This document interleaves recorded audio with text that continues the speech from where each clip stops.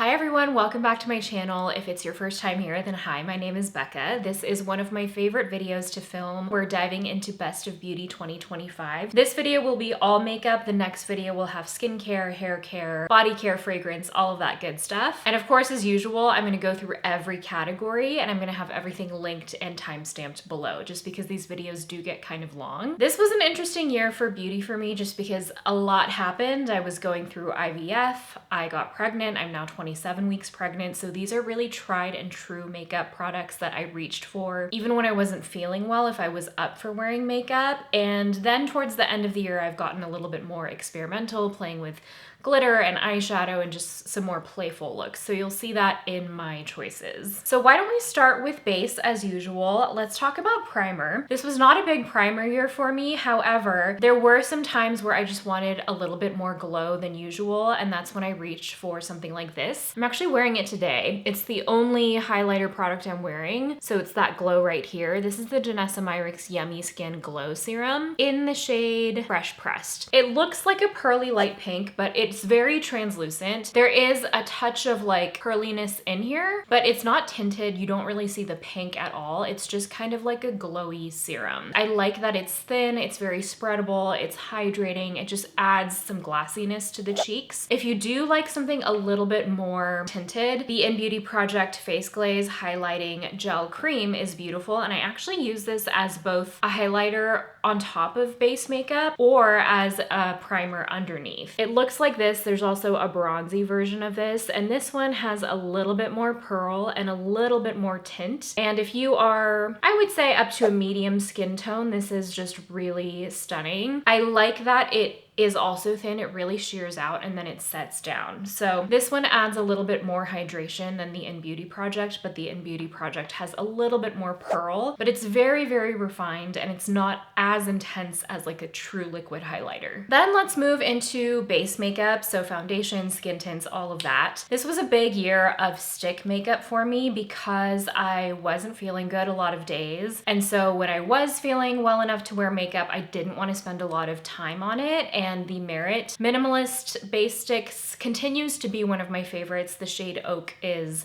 my current shade. And honestly, I think most days when I reached for a base product, especially from like January to June, it was this. I know it's not a new product, but I do like seeing people's old favorites personally, just because I know what stands the test of time. And this is a product that stands the test of time. I can swipe it on. I can just take a brush or a sponge and blend it out all over. It gives me a nice healthy glow. It evens over redness. It's buildable to like a light medium, but it's not going to give you heavy coverage. It's just something I use when I want to feel a little bit more put together on like an everyday basis. My Glam Stick Foundation is one that I discovered sort of at the end of this year. It's the Dior Stick Foundation. Obviously, I know people love it. I wear the shade 2N and I'm a little bit late to this, but I understand why people love it. It's a little bit creamier, definitely more coverage, buildable to like a medium full coverage. It is so creamy. It's easy to blend out. You can swipe it directly onto the skin,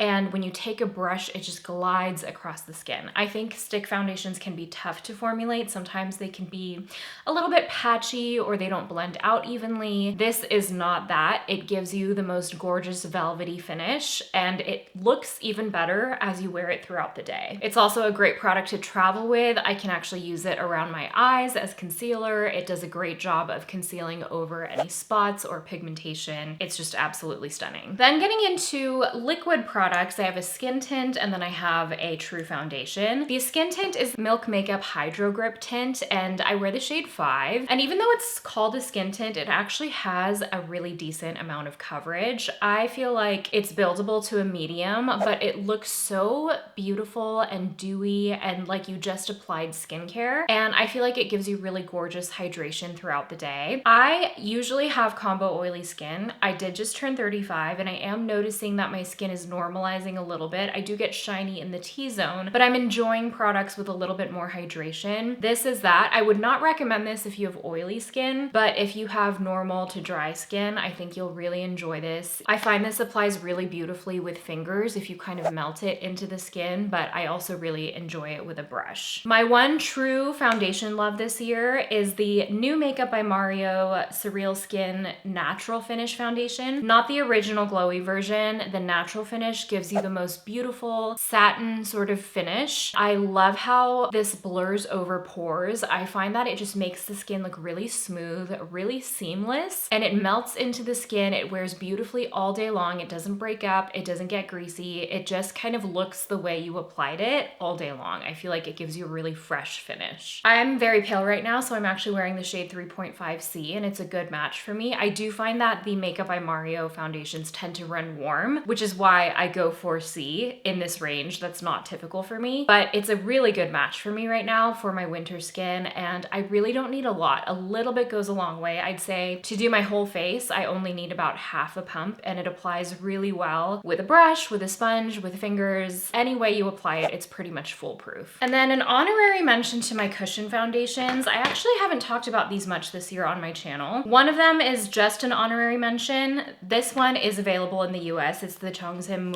Essential Skin Neuter Cushion. I wear the shade medium. It's a really good match for me. And for a K-beauty foundation, it has a decent shade range, not super deep, but I do think they're working on shade extensions, especially because they're really trying to move into the American market. But this is such a beautiful, like buildable to medium coverage cushion foundation. If you've never used a cushion foundation, you're really missing out because they give you such a thin layer of like serum-y coverage, but they don't look like you're wearing makeup. They are very, very good at blurring over pores, but also being buildable where you need them to be. It's just a format that I'm really excited to see grow in the American market because they're so stunning. They give you a really porcelain kind of smooth finish. So that's the Chongsemun. I want to say they might be coming into Ulta. I might be wrong about that. I will link it where it's available, but it is readily available in the US. This one is an Asia exclusive. It's the YSL Touche Éclat Glow Packed Cushion, and I wear the shade B30. It is so stunning, and I always ask people who are traveling to Asia to get refills of this for me, so I'm not going to spend too much time on it. This one has more glow and more coverage than the Chongsemun, but it's absolutely stunning. It's actually what I'm wearing today, and it looks so natural while giving you really decent coverage. So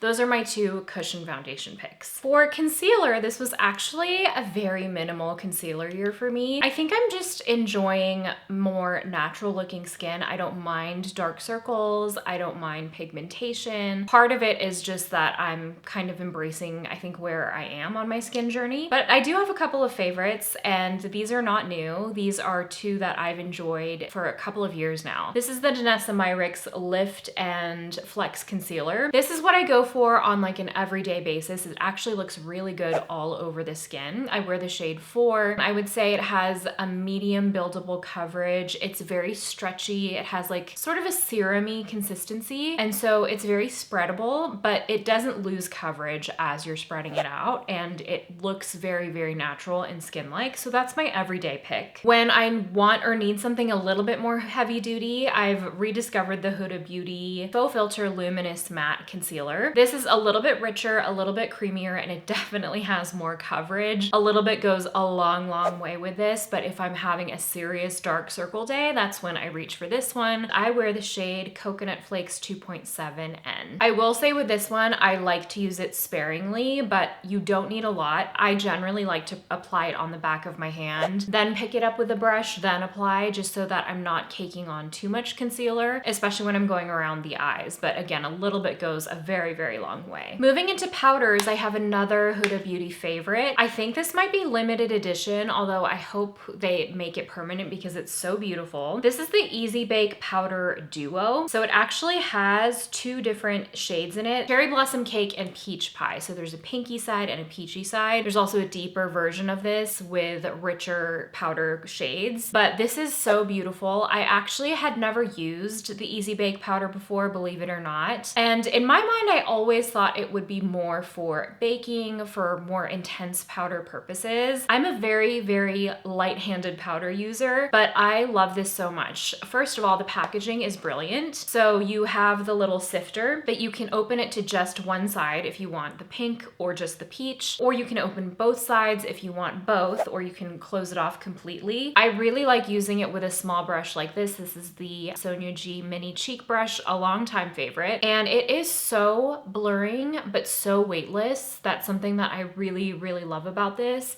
It does fill in the pores. It really smooths over skin. It does make the skin look very, very filtered, but I like doing a targeted application of it. It's just so weightless on the skin. I understand now why people love it so much, but I like the tinted version so, so much. I've also really come around to pink powders for my skin tone. I think I'm not spending as much time in the sun as I used to, and so pink powders are really having an impact on my skin tone, and I really like it. For a pressed version, the Fenty Bright Fix powder in the shade Rose Quartz has been really nice. This is basically a tinted version of their Invisimatte powder. This one is great for touch-ups. It's very mattifying. It doesn't take a lot, and I also use it to set my makeup. This one also comes in several shades. There's lavender, there's peach, there are deeper shades for deeper skin tones, and I really like the variety of options in here, and it's something that I can really throw in my purse if I'm going to have a long day. This one's a late edition, but this is the Dior Forever Nude Matte Filter. There's an illuminating version and a matte version. I like the matte version, and these are tinted. I wear the shade 01 Fair. This one is great for if I want to add a little bit of coverage, like just a touch of coverage, or I feel like my foundation's kind of breaking up. I even use it to set my makeup. It gives me that super filtered look with a little bit of tint, not too evident, but it just kind of brings the makeup together. It's also great for cleaning up like around your blush or around your contour. Maybe you've gone too far out with it, and it is just a really beautiful, soft, velvety, beautiful formula, and the compact is also stunning. It has the Chanel leather cushiony embossing. For setting sprays, I feel like there's just a lot happening in the setting spray world. This is a longtime favorite, my Charlotte Tilbury Airbrush Flawless. This is what I go for. It's kind of an everyday one where I want to retain some glow, but it still gives me long wear. I'm about to empty another one. I've emptied so many. However, I have two new setting sprays in my arsenal for long wear. The first one that I should mention is the Danessa Myricks Yummy Skin. This one I picked up during the Sephora sale, the recent one, and it is phenomenal. And I wish I had this when I was very, very oily, like in my 20s, because it makes such a difference. I can actually entirely skip powder most days if I go over this. I actually like to layer over the Charlotte Tilbury, so I'll do the Charlotte Tilbury for glow. But then in the center of my face, I'll go down with the Danessa Myricks, and it is truly blurring, and it's very, very long wearing. It extends your makeup all day long. Sometimes it's even too mattifying if I use too much, because I am a glowy makeup gal, but if you like a matte look, this is serious. And if you feel like your makeup is starting to like break up throughout the day and you go in with this, it will save your makeup. It's really phenomenal. And it's even better when I pair it with the One Size On Till Dawn setting spray. I'm a latecomer to this, but I finally got it, and these two together will have your makeup on 4 days if you wanted to. Like, it really, really locks things in. I do feel like One Size is more mattifying, and it does claim to be. It's more mattifying than the Charlotte Tilbury. So if I'm feeling really extra, I'll do Charlotte Tilbury around the perimeter. I'll go in with Danessa Myricks down the center. And then for a really, really long wear day, I'll go over with this. That's like a lot. But if I'm traveling or I really need my makeup to stay on or something like that, that's when I reach for these, but I use them all kind of differently. Let's move into blushes. If you have followed me for probably any amount of time in the last couple of years, this won't be a surprise. Rhode Piggy is my most used blush. I think it was my most used blush of last year as well as this year. And I feel like this is a shade that intimidates a lot of people, but it actually brings so much life to the face. If I'm feeling tired, if I'm just feeling a little bit ragged, this brightens up my complexion, at least for my skin tone, and it's so flattering. I always get questions about it. I can't tell you how many people in my real life have asked me what blush I'm wearing when I'm wearing this and have immediately purchased it. It's happened at least 5 times. If you're not familiar with the Rhode blushes, they are really, really good. They are pigmented. They're basically mistake proof. They're easy to apply, they're easy to blend out, they are pretty long wearing, especially if you use the setting spray. I have a couple of other shades that I have worn, however. This was a summer release and I can see why. It's a little bit warmer and it has that like bronzier undertone. That is the shade Tan Line. It's a really beautiful like bronzer kind of shade on me. And then the other shade that I love for winter is one that looks a little intimidating, but it is so stunning. It's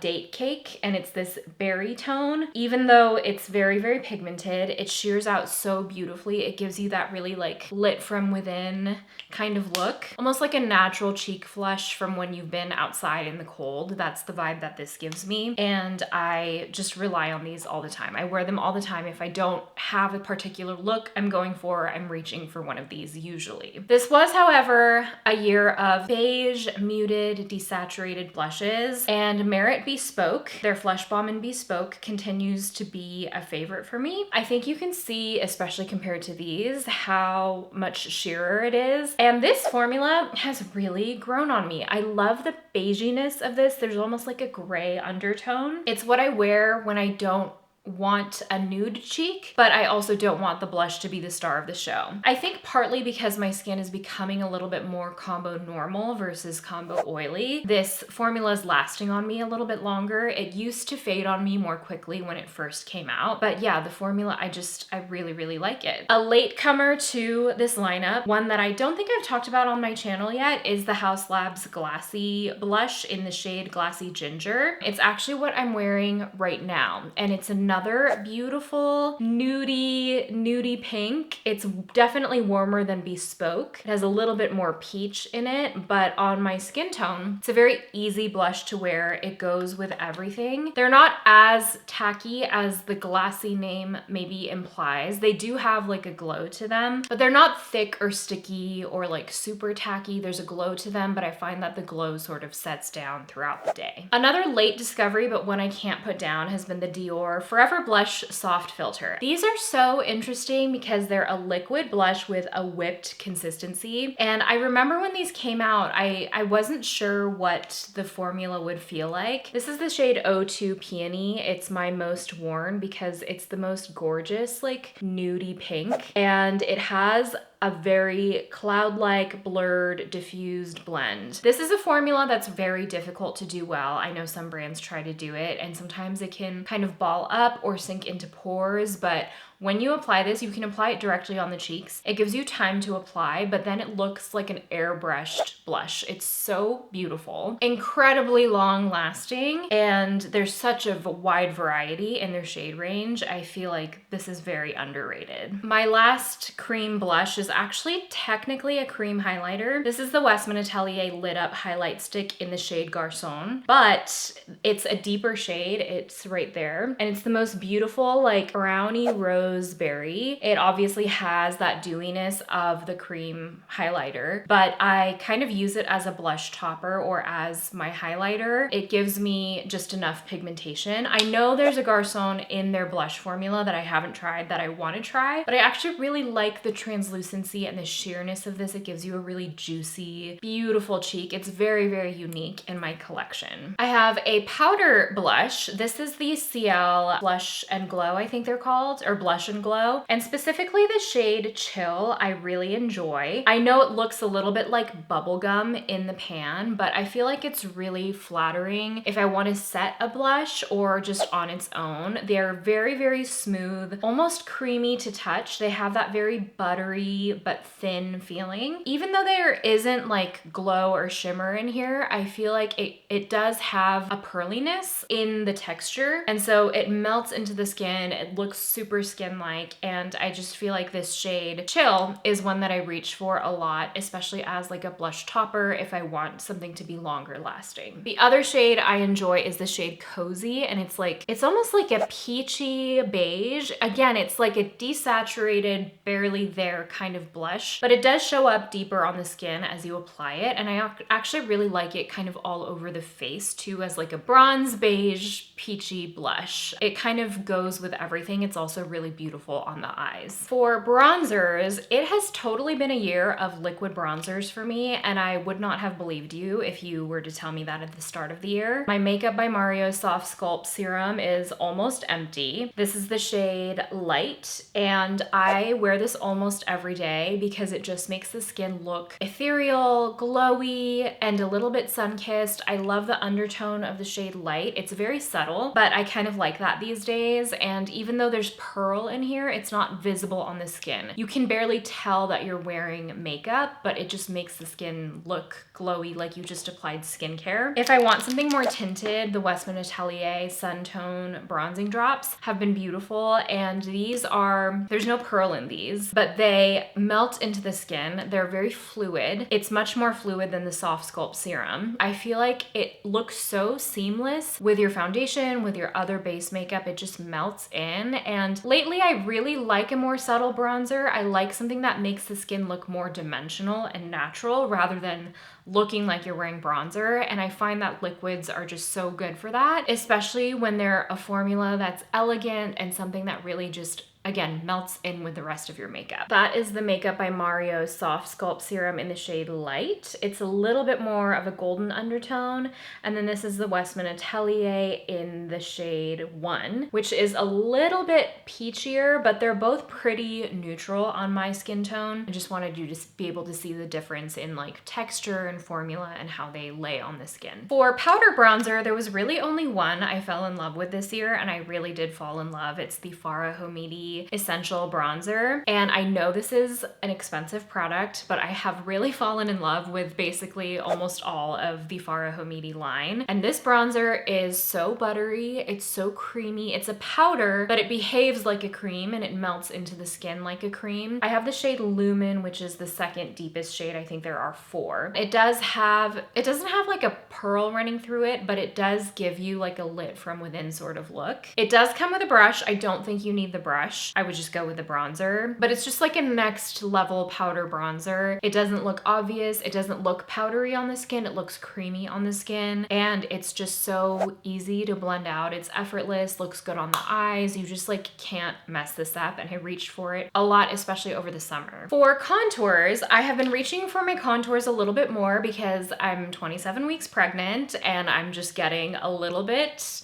you know, puffier, and I'm enjoying the sculpt. Let's just say that. Let me tell you about one I'm wearing today. It's a more recent discovery, but it's so good. This is the Haus Labs Precision Sculpt Shaping Balm, and it's like a stick contour. I like that it's a skinnier stick because it gives you more precision, and I wear the shade Chisel, which is a very good, like truly cool toned shade. It has a very velvety blend to it. It's not dewy, it's not shiny. I feel like it looks really natural. One thing I would say is that I like to work one section at a time rather than applying to the whole face because it is on the matte side and it does set down. So I apply just to one cheek, blend it out. This is the Refer 04. It's what I did today. Do like one side of the nose at a time. It's just very, very natural, but very, very effective. And I've been reaching for it a lot. I also have a brand new stick of the Westman Atelier Face Contour Stick. This is the shade Biscuit. Usually I use Truffle, the second deepest shade, but I'm very pale right now. Biscuit is actually a lot warmer, and I almost use it more as like a neutral bronzer on my skin tone. It's also creamier. It's not quite as matte as the Haus Labs. The Haus Labs is truly, truly matte. This one is more of a natural cream finish. I mean, I'm able to use it as a contour, but I sort of treat it as like a sculpting bronzer, whereas this is like a true gray undertone contour. For highlighters, I pretty much only reach for liquids. I have a couple different ones that I reach for in different occasions. So these say Super Glowy Gel. I actually haven't had in my collection for a long time, but then I got my hands on their newest shade called Warm Glow, and I'm remembering how much I enjoy it and how weightless it is. This is probably the most natural of the 3 that I'm talking about here. It still has a decent amount of glow. I really like the sort of like warm champagne undertone of this tone specifically. What I like about this is how thin it is. It does doesn't add any weight, it doesn't add any texture, it sets down completely, it adds that glowiness without adding, I don't know, just any stickiness to the face. If I want a little more impact, I go for the Dior Forever Glow Star Filter. This is the Dior version of like the Charlotte Tilbury Flawless Filter, but I kind of like this more for more impact and for more pigmentation. I have the shade 2 here, and you can see how beautiful that reflect is. It's not glittery, but it is impactful. And if you want some of that more obvious kind of glow, it's really, really stunning for like a glam moment. It also works really well like under base makeup too. If you want to wear it sort of as a glowy primer, you can obviously use either of these that way. And I also like that Dior has such a great shade range in these, and there is a tint to it, so it does actually give you a little bit of coverage as well. And then finally, this is like the truest liquid highlighter, the CL Glow and Protect, specifically in the shade Penny. I love this shade because I feel like it's actually pretty unique for a liquid highlighter. It's like a rose gold that's not too pink and that's not too warm. I kind of like how neutral the undertone is, and it has a reflect that's not too golden. I find that this really completely sets down, so it doesn't add any weight or any texture. It actually kind of blurs over texture, and it's not going to add like hydration or anything like that. It's just such a thin layer that fully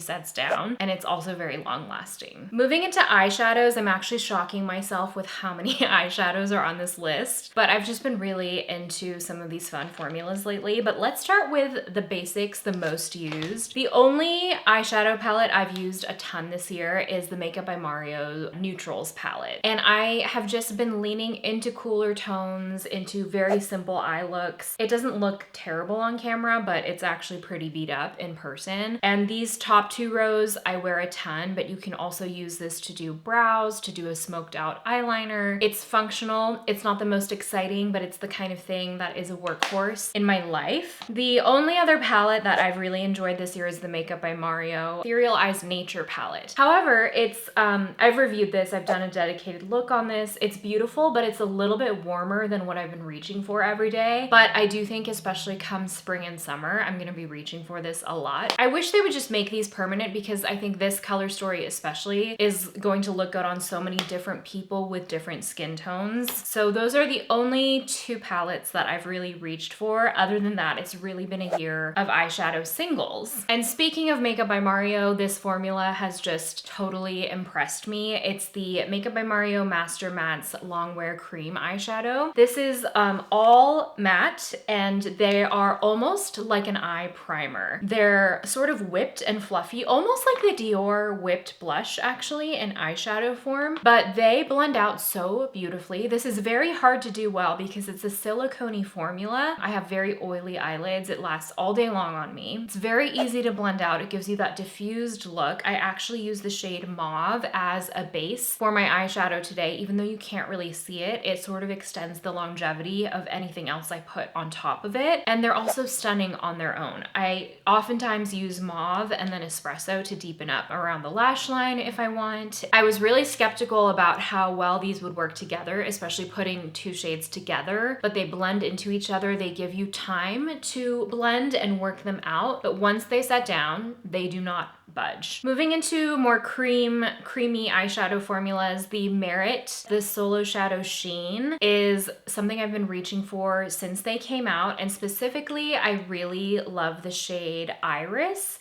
which is kind of this like smoky lavender, and then the shade Glacé, which is like a beautiful shimmery peach. These 2 together are absolutely stunning, and they're very different from their original Solo Shadow formula. I get this question a lot. They're totally different from the matte formula, which I know dried out kind of quickly for a lot of people. They changed the packaging entirely. This formula is also creamy. It does set down on the eyes, but it's not like dry like the mattes were. I feel like these are just easy to wear because they have this sheeniness, like a pearliness, but it's not so in your face. They're very daytime appropriate, work appropriate, but you can also build them up in pigmentation if you want. They are a cream shadow, so I find that the longevity is extended most when I use a primer. They're not matte, so they're not like the longest wearing, but for me on a standard normal day, that's plenty of wear time for me. And I really love these shades. I think they're really sophisticated, they're beautiful, and they have that element of intrigue and interest that I would expect from Merit. Then I feel like this was a year of very interesting single eyeshadow formulas. There were a lot of sticks, some liquids. I'm gonna talk about those. This is the Urban Decay Glazed Liquid Eyeshadow, and I specifically like these two shades. This is Silver Spooning, and this is Space Cowboy Intense. And it's a liquid eyeshadow. You kind of wanna shake it up, and then there's a brush tip that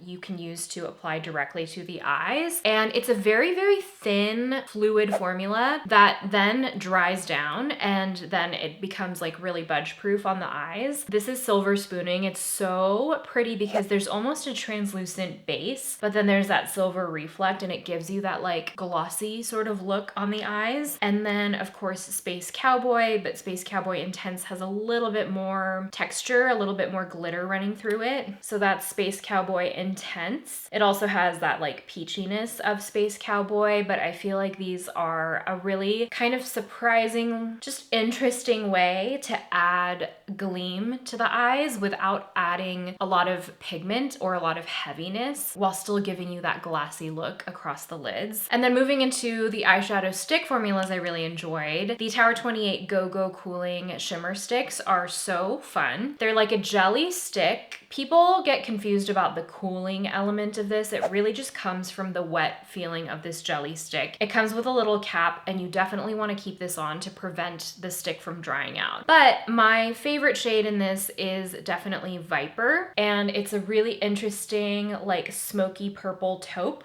It's really beautiful sheared out on the eyes, or you can just apply it at full opacity. This is definitely a tone that I've enjoyed this year. And there are also these like little micro glitters running through it. It's not chunky, but it does have a lot of twinkle, especially when it catches the light. It's so pretty. And of course, I can't talk about shimmery eyeshadow sticks this year without talking about the Danessa Myricks Color Fix sticks. I have the shade number 6, I think, and these are dual-ended, so they're magnetic. The packaging is brilliant. Each one comes with a metallic and a foil, and these also have like a little cap on them. These have such serious impact. This is what I wear like on a glam day, although this metallic is one I can blend out for a kind of everyday bronzy look. It's really beautiful. I like the silver reflect in there. That's the shade Celeste. This side is the shade Nova, and the foils are really, I think, what's unique about this release. Nova is reflective beyond compare. Like there's nothing else in my collection that looks quite like this. It comes on like that's one swatch. It applies at full opacity, and it does have a textured quality to it. You can sort of smooth it out, but it has serious micro glitter and shimmer, and it's so bright, it's so gleaming. Like you can even see all the way from here on camera just how much light it catches. And on the eyes, it's absolutely stunning. It's like a showstopper. And then finally, I have a few like pressed glitters and metallics that I have to mention. Patrick Ta extended their Major Dimension Eye Duo shade range. This was my previous favorite, We Need Better Lighting. It's a beautiful micro shimmer, like pressed glitter that is so reflective, and I especially love this shade just to add like a glassy sheen to the eyes. But I have a new favorite shade. This is Always on Your Mind, and it's a beautiful smoky taupey champagne duo, and these have a little bit more base color than the previous shade I have. I especially love this top shade all over the eyes for a kind of smoky sort of look, and they are just so reflective. These are pricey, but I feel like the quality of the mica that you get in here is so high, so reflective, so concentrated in these eyeshadows, and they kind of remind me a little bit of Pat McGrath's special shades in her old Mothership palettes. Another pressed glitter that I love is the Half Magic Beauty eyeshadows, and they came out with a few nude shades this year, and there are two that I really, really love that I've been wearing nonstop. So this is probably the one I'd pick up if I had to pick one. It's called Possessed Pearl, and it has that silver, smoky, taupey glossiness to it, and these are so, so shiny, so glossy, so reflective. And then I also like the shade Sparkle Puff. This one's a little bit more of a duochrome, and it has like a very light blue shift through it. I always get questions when I wear these. They are so high impact. They're so creamy. The Patrick Ta ones, you can feel like the glitter in the formula, especially when you're applying with your fingers. These ones are very smooth. You don't feel any glitter. They're more glossy metallic with some glitter particles rather than like just a pressed glitter. And then speaking of metallics, I have to show you what I'm wearing today. Make Beauty extended their monochromatic eyeshadow range this year, and this shade, New Wave, this icy blue, I've basically been waiting all year to wear this across the eyes because it gives you that like snow princess sort of look. It's perfect for the season. These are not glittery at all. They are a pure buttery smooth metallic. They apply at full opacity, especially when you apply them with your fingers. I also love this shade Surplus. It's an olive, but it's a very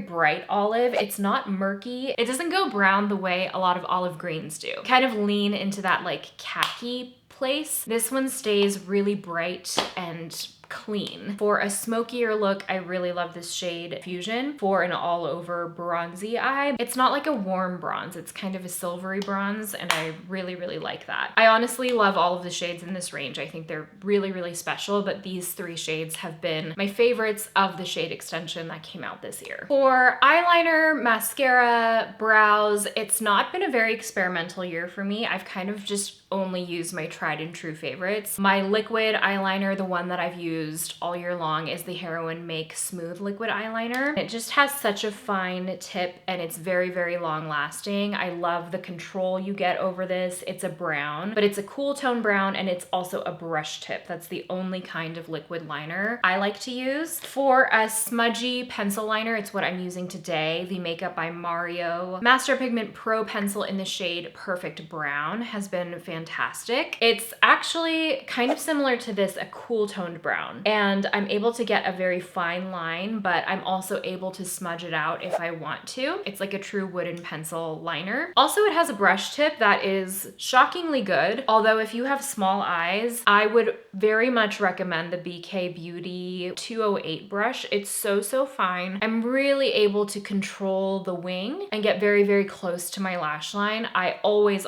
use these together. I don't use this without this. Another Heroin product, this is the one mascara I've returned to over and over this year. This is the Long Up Mascara Super Waterproof, although you have to use it with their mascara remover. That comes in a blue tube, kind of like this. It's tough to get off, but it's so smudge proof and long lasting, and it gives me a lot of control, and Japanese mascaras are just excellent. It also has a curved brush that's not too big, so again, if you have smaller eye shape and you struggle to get into the inner corners, I guarantee you this will do the trick for you. For brows, most days I just still have been reaching for the Lawless Creamy Brow Wax. I'm afraid this might be getting discontinued. I really hope not, because it's a really great middle of the road brow cream. It's tinted, but it's not too tinted. It gives me a little bit of hold, but not too much. It's not crispy. I think I'm still recovering from the laminated brows of the early 2020s. So I've just been really natural with my brows this year, although if I am filling in my brow, which I did do today, and I just need a little bit more definition, the Make Beauty Infinite Brow Nano Pencil is fantastic. I love how teeny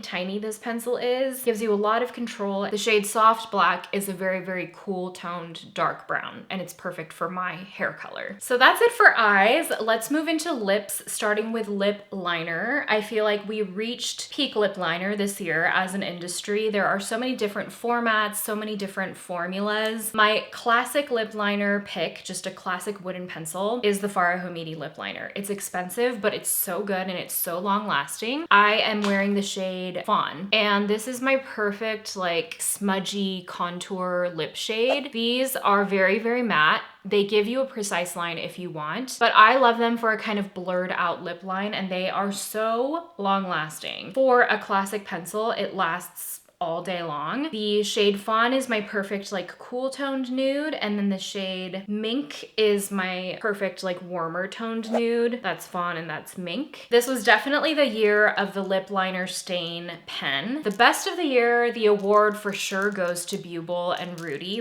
Berry. They came out with 2 shades of this lip stain, and it is so smartly packaged and formulated. I had to actually grab Cherry Cola out of my makeup bag. So the nib is a brush tip and it's slightly angled. You can use it on its side for a very slim application, or you can use it on the other side, the thicker side, for more surface area. So that's the shade Cherry Cola, and that's my most used. This is the shade Raspberry Jam, and it's also a beautiful like berry colored stain. But Cherry Cola is my most used because of all of the lip liner stains I've tried, they all tend to go a little bit warm and a little bit peachy. Cherry Cola is like a true lip contour shade, and it stays true to color, and that's very important to me. It also has these little like beads so you can shake it up. It never skips, it doesn't dry out, and it's just such a fantastic formula that lasts all day long, like truly all day long. I'm really hoping that they come out with more shades, because when I have wanted other shades, I've reached for the Huda Beauty lip contour stains, and these are beautiful, but they're a little bit more finicky. I do think the shades are really nice. There's a bigger shade range, but they're actually really different in my opinion. So these are a felt tip, and they have this little curved felt tip, and they're finicky because you have to store them upside down. However, I